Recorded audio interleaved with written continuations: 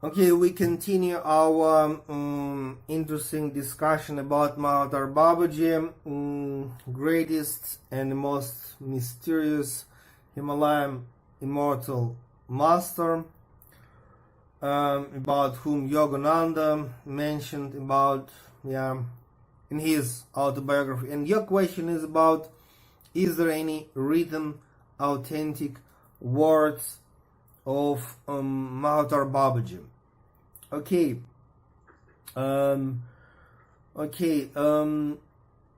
Let me first say a few things about is Mahatma Babaji real at all, and then the next step, what about his written message, if any?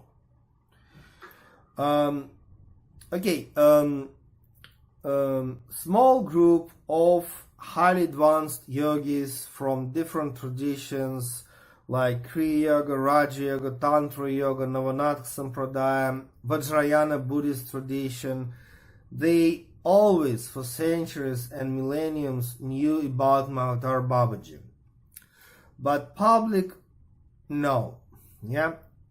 Publicly, people knew about Shiva, Vishnu, Krishna, but not about personality of Mahatma Babaji. And we came to know about him, we as the humanity, in the middle of 20th century because of that most famous book, which is Autobiography of a Yogi, written by Yogananda Paramahamsa. 1946, the year of first publication of this book. And after that, quite many people, they some people proclaim that, okay, I met Babaji directly, yes, and some people deny him. And it's interesting, and we have to know that quite many wonderful traditions and wonderful masters, even in India, they actually deny fact of existence of Mahatma Babaji, and they say that this is just Yogananda's fantasy. So it's a huge discussion. How can we know that Mahatma Babaji is real? And in some sense, we have proofs that he is real. And in some sense, it's impossible to have proofs. Because when we go into such a subject like, okay, masters, spirituality, then immediately I may ask you a number of questions. How can you know that Jesus the Christ is Messiah? How can you prove it? Or how can you prove that Jesus was a real historical person, master? Because even now, there are many people who, first of all, deny that he was Messiah, and secondly, even question the fact of his historical existence.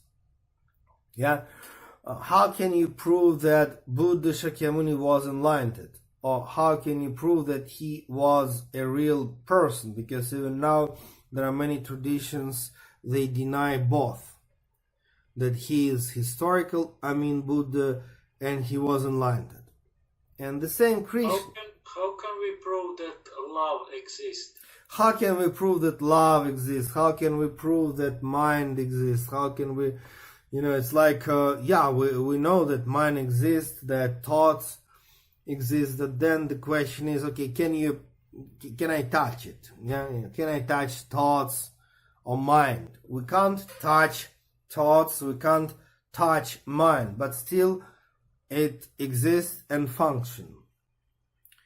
So about Mahatma Babaji is the same. And actually, if somebody is trying to demand for the proof, in a sense, the best answer is, I'm sorry, I'm too busy. I can't waste my time in this meaningless discussion. I don't need, I have a lot of things to do today. But also we have proofs. I mean to say, we have a huge number of great mystics, great saints who really met him and received instruction from him. And this is Okay, Lahiri Baba. This is Ram Gopal Mazumdar. This is Shri Yukteswar. This is Babindranath Sanyal. This is Swami Prabhavananda. This is Yogananda. This is Swami Kebalananda. It's a bunch of great mystics in the end of 19th and the beginning of 20th century. Okay, my Guru Yogi Rama and many other. Of course, it's always difficult, and one day we actually spoke about it.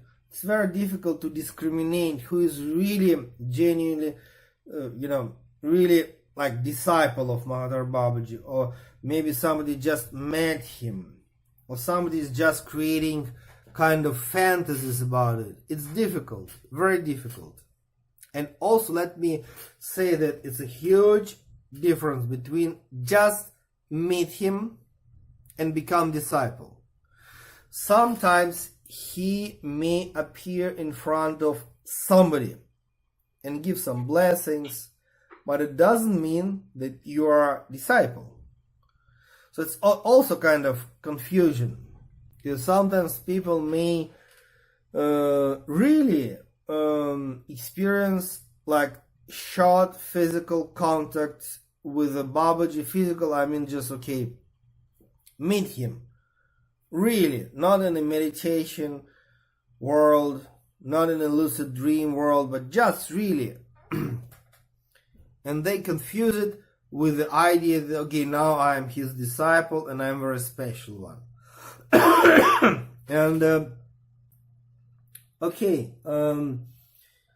then let us come back to the question, do we have any written message from Mahatma Babaji? And I may say that yes and no, actually. Okay, let us start with the Bhagavad Gita. Actually, Bhagavad Gita is a written message from Mahatma Babaji. And again, thing is that historical Krishna, he lived like, kind of 1,000 years before Bhagavad Gita was written. And when I just mention about this absolutely historical fact, normally traditional Hindu people very angry, because for the traditional Hindu people, like, you take Bhagavad Gita, it's a direct words message from Krishna, but each and every Orthodox Hindu know that it is not. It's like you take New Testament, and each and every Christian, including me, we know that it is not direct words by Jesus, because Bhagavad Gita is not written by Krishna, all Buddhist scriptures are not written by Buddha, and the Gospel, New Testament, is not written by Jesus. Everyone, absolutely clear about it.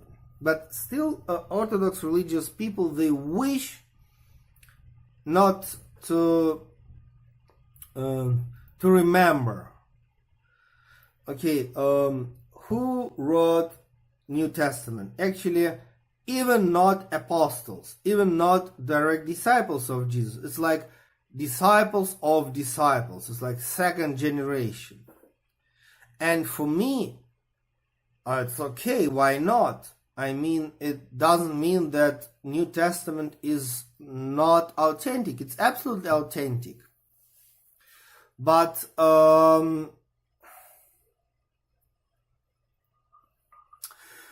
just let us remember about this. Yeah?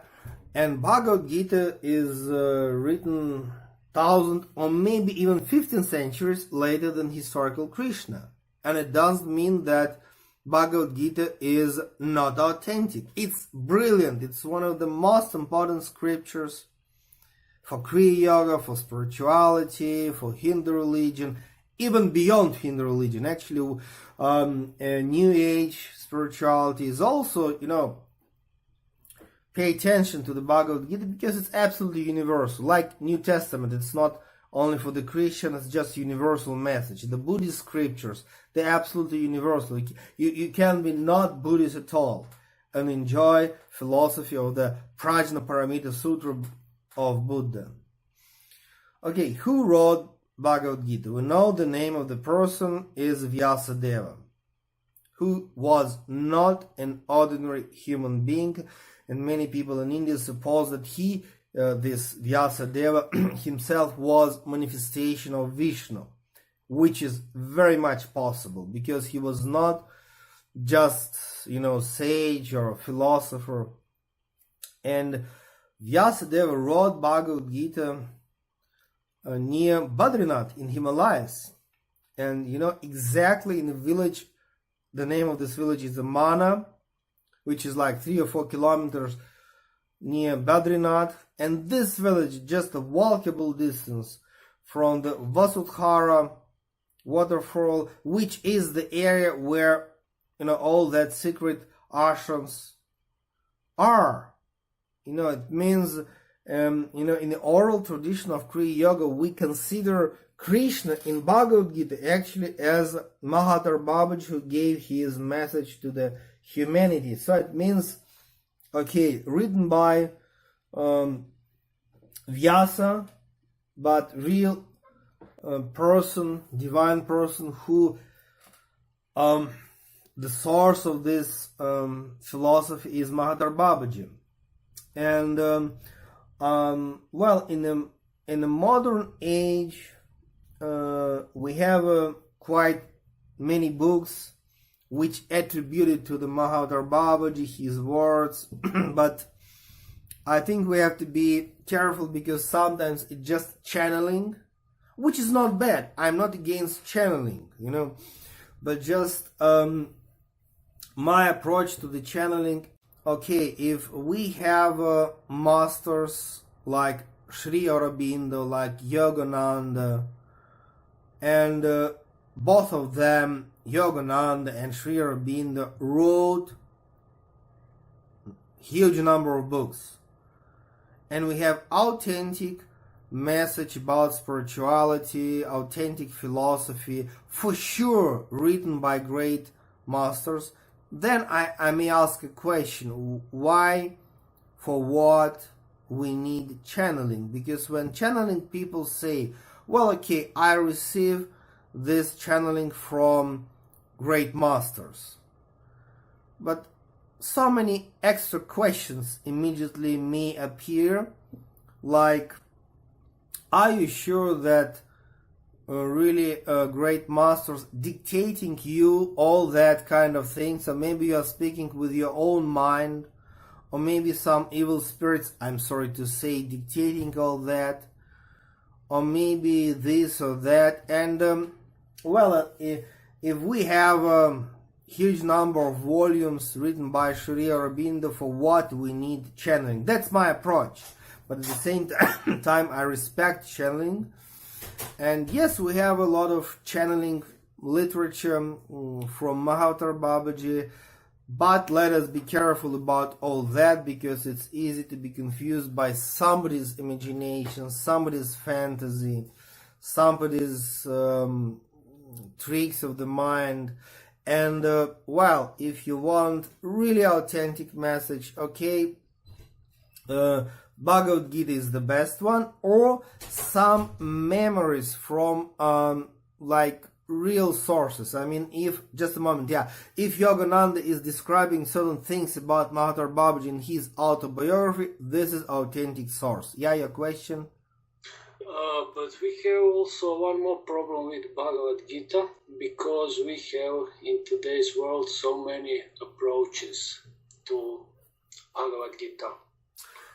Yeah, somebody told me that we have something like 500 or 600 of most famous interpretations and commentaries to the Bhagavad Gita. And another problem is that it's written in beautiful ancient language, which is Sanskrit, and we have few hundreds of translations into English, and that's huge question. And I may say that for me there are two best English language translations, and that's by Sri Aurobindo and by Yogananda. That's two most authentic. And if you wish to read Bhagavad Gita, okay, first choice, learn Sanskrit. Second choice, if you know only English, then read Yogananda and Sri Aurobindo translation, because who may really translate? Not just interpreter or translator, but it must be, certain level. And also about interpretations and commentaries, nice to read all of them, but I believe that Bhagavad Gita very clear by itself, and we sometimes better to avoid any of them. But again, if you wish the best commentators, of course, again, I may repeat, Yogananda Paramahamsa is the best. His main Western disciple, Swami Kriyananda, is the best. Sri Aurobindo is the best. That's my advice.